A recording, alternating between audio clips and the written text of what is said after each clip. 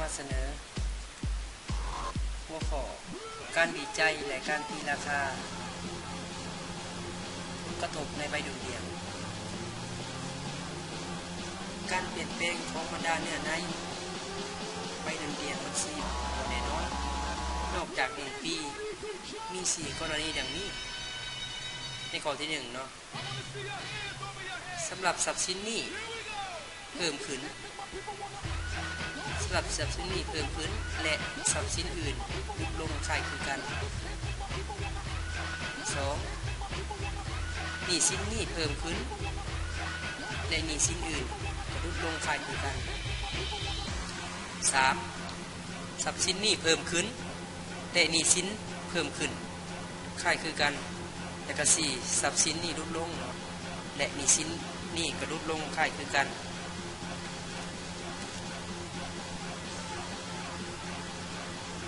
ตัวอย่างเนาะเอาขอตัวอย่างเพื่ออธิบายเพื่อวิจัย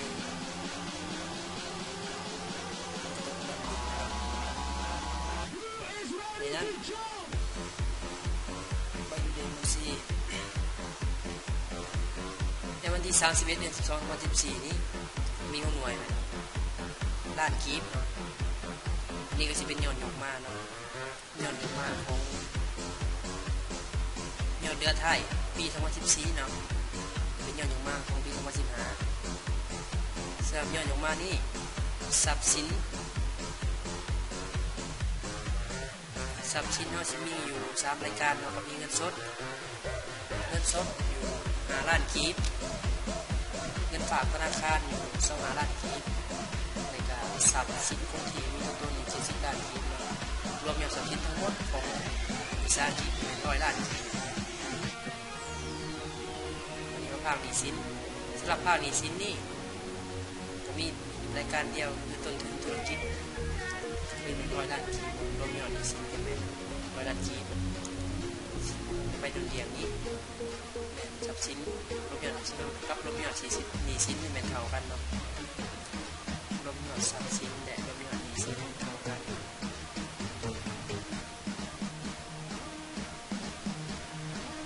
ในเดือน6 2015วิสาหกิจมีการเคลื่อนไหวเวียกงาน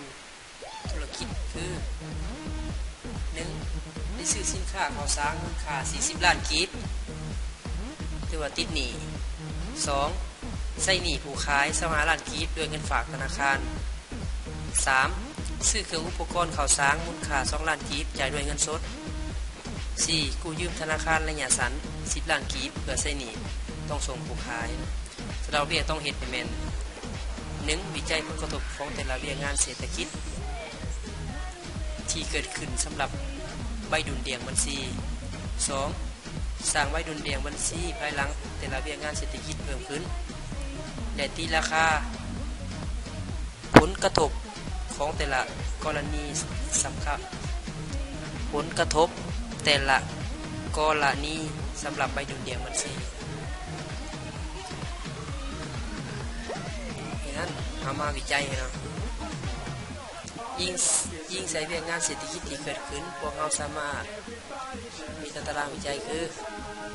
ตารางวิจัยบรรดาเรื่องงานธุรกิจในนั้นก็คือเรื่องงานเนาะมี4เรื่องงานธุรกิจงานเบื้องทรัพย์สินนี้ประกอบมีอยู่เงินสดเงินฝากธนาคารทรัพย์สินคงที่มีตัวตนสินค้าในสร้างและเครื่องอุปกรณ์ในสร้างเนาะเบื้องหนี้สินนี้ก็สิมีอยู่ต้นทุนธุรกิจมีต้องส่งผู้ขายผู้ระยะสั้น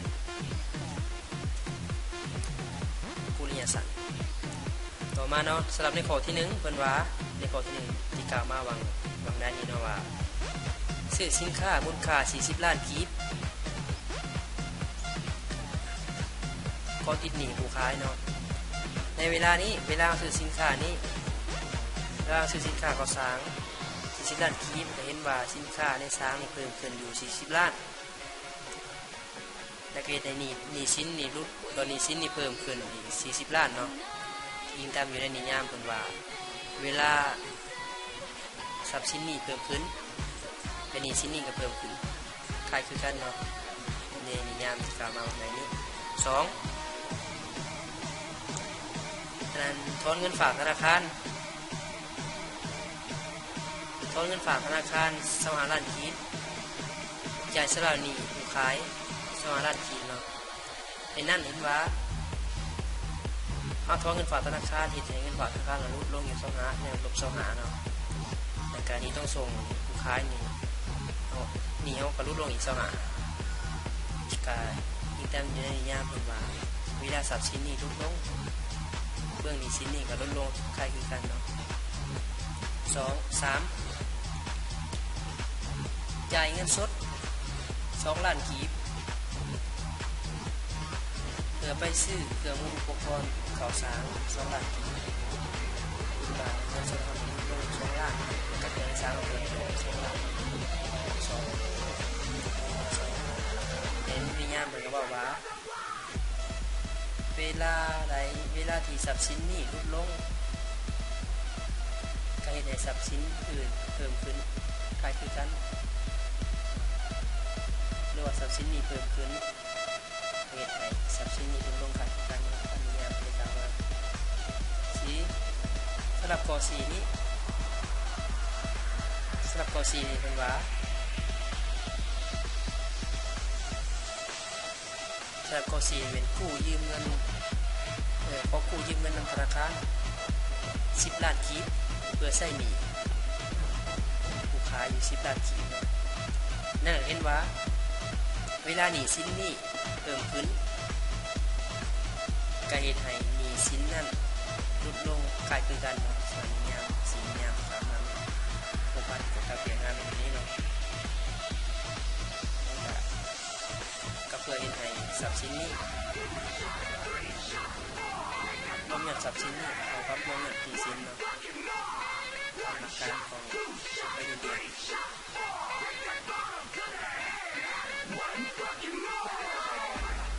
ภายหลังที่แต่ละเรื่องงานเกิดขึ้นหรือภายหลังที่สีเรื่องงานเกิดขึ้นมาคือการที่มีการเป็นแก้กินอะไรกันเป็นเรื่องกันไปเนาะสำหรับข้อที่1นี้สำหรับไปดูเดือนบัญชีเนาะนี่เรื่องงานที่1คือในข้อที่1แล้วสำหรับตัวเลขทรัพย์สินและหนี้สินคือเก่าเนาะคือเก่ากับขางเทิงนั้นคือเก่ากับขนาดไปเรียนที่เก่ามาเนาะต่างแต่ว่ามีสินค้าในการที่ส่งเพิ่มเข้ามา140ก็สิมาได้เนาะสำหรับทรัพย์สินนี้ในเรื่องงานที่1สำหรับทรัพย์สินนี้ก็มีอยู่4รายการเนาะจากตัวเก่าเป็น3รายการเพิ่มในเวลาเรามี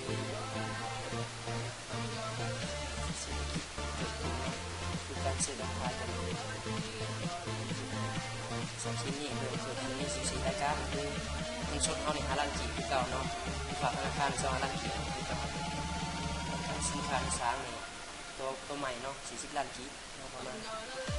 สำหรับผู้ขี่มีแต่ต้นนี้70 ล้านกีบรวมยอด140 ล้านกีบสำหรับเบื้องหนี้สินต้นทุนธุรกิจนี่เก่า100 ล้านกีบเนาะก็ก็มีต้องส่ง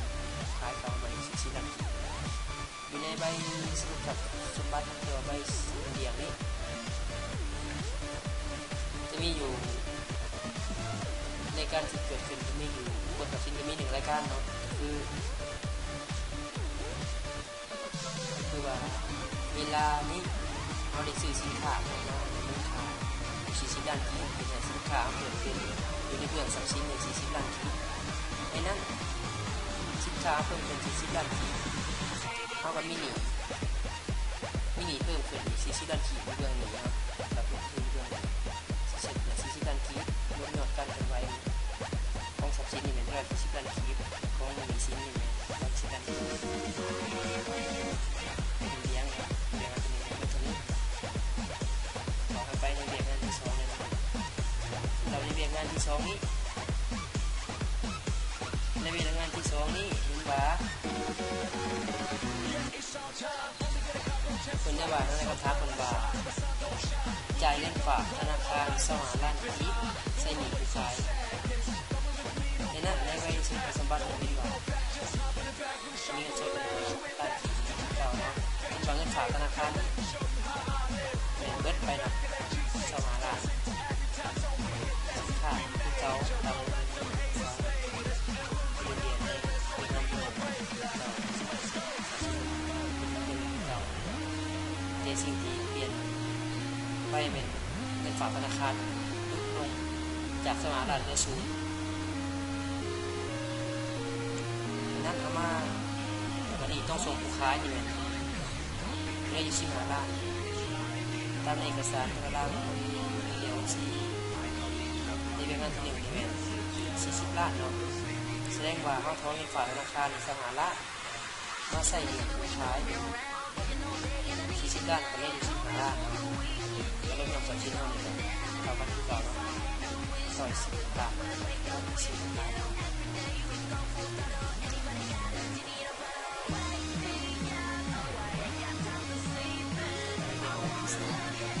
สำหรับเรียนงานที่3นี้ว่าจ่ายเงินสดซื้ออุปกรณ์ข่าวสารมูลค่า2 ล้านกีบในนี้เห็นว่าบัญชีเงินสดนี้ได้ลดลงจาก5 ล้านลดลงเป็น3 ล้านจากเป็น2 ล้านจากเพิ่มอยู่อุปกรณ์ข่าวสาร2 ล้านรวมแล้วก็รวมหน่วยก็110 ล้านกว่าเพียงแต่ทุกเงินสดก็เป็นความเงินสารสำหรับตัวนี้สิ้นเดือนที่2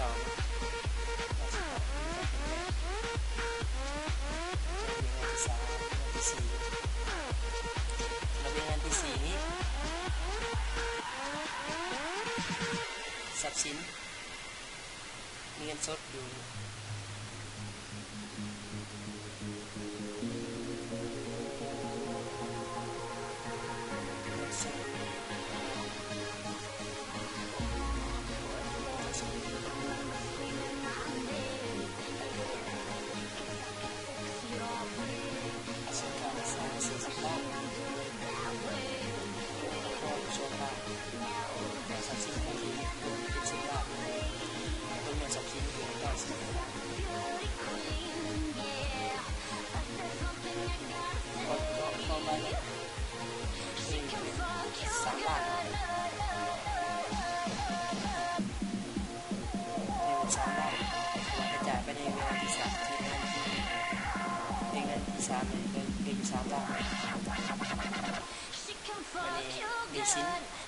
มีชิ้นดีแมนเงินทุ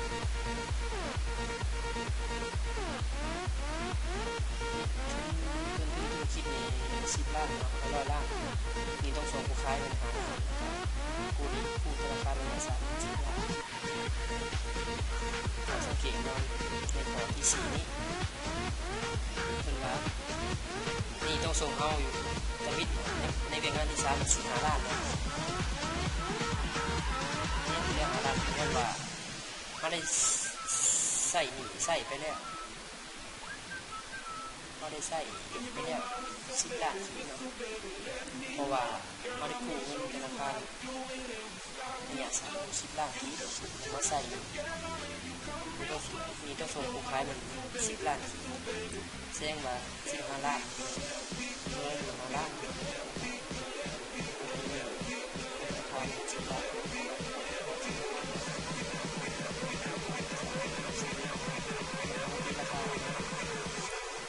ที่ราคาเนาะเรียกงานเศรษฐกิจที่เกิดขึ้นเรื่องแต่บ่เฮ็ดให้มีการเปลี่ยนแปลงลักษณะเดียวใบเดียวหมายความว่าใบเดียวล้วนแต่เสมอกันในเวลาใดหนึ่งแต่ละเรียกงานเศรษฐกิจที่เกิดขึ้นมีผลกระทบน้อยสุด2 เนื้อในใบเดียวคือ1เรียกงานเศรษฐกิจที่เกิดขึ้นมีผลกระทบต่อเบื้องหนึ่งของใบเดียวหมายความว่าเวลาเป็นงานเศรษฐกิจที่เกิดอยู่เบื้องระยะของเบื้องของทรัพย์สินของหนี้สินแนวกล่าวมาแม่เห็นให้เป็นเงินรวมใบเดียวบ่มีการเปลี่ยนแปลงหมายความว่าเวลาทรัพย์สินเราเพิ่มขึ้นหรือลดลงพร้อมกันมันก็เห็นให้ย่อมย่อทรัพย์สินย่อมย่อหนี้สินก็เปลี่ยนแปลง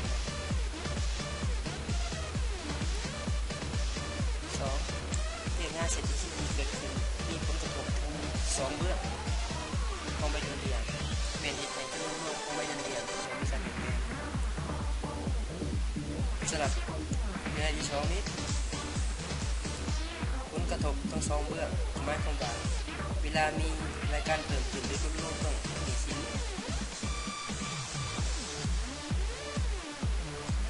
ก็มีการเพิ่มขึ้นลดลงเบื้องทรัพย์สินการเซ็นกันแสดงว่าจะมีผลกระทบเดี๋ยวรวมของใบเดินเรียน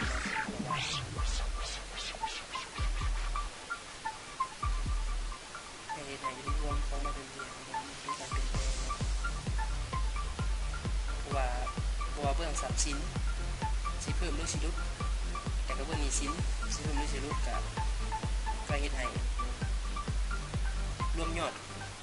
ทรัพย์สินและรวมยอดหนี้สินเท่ากัน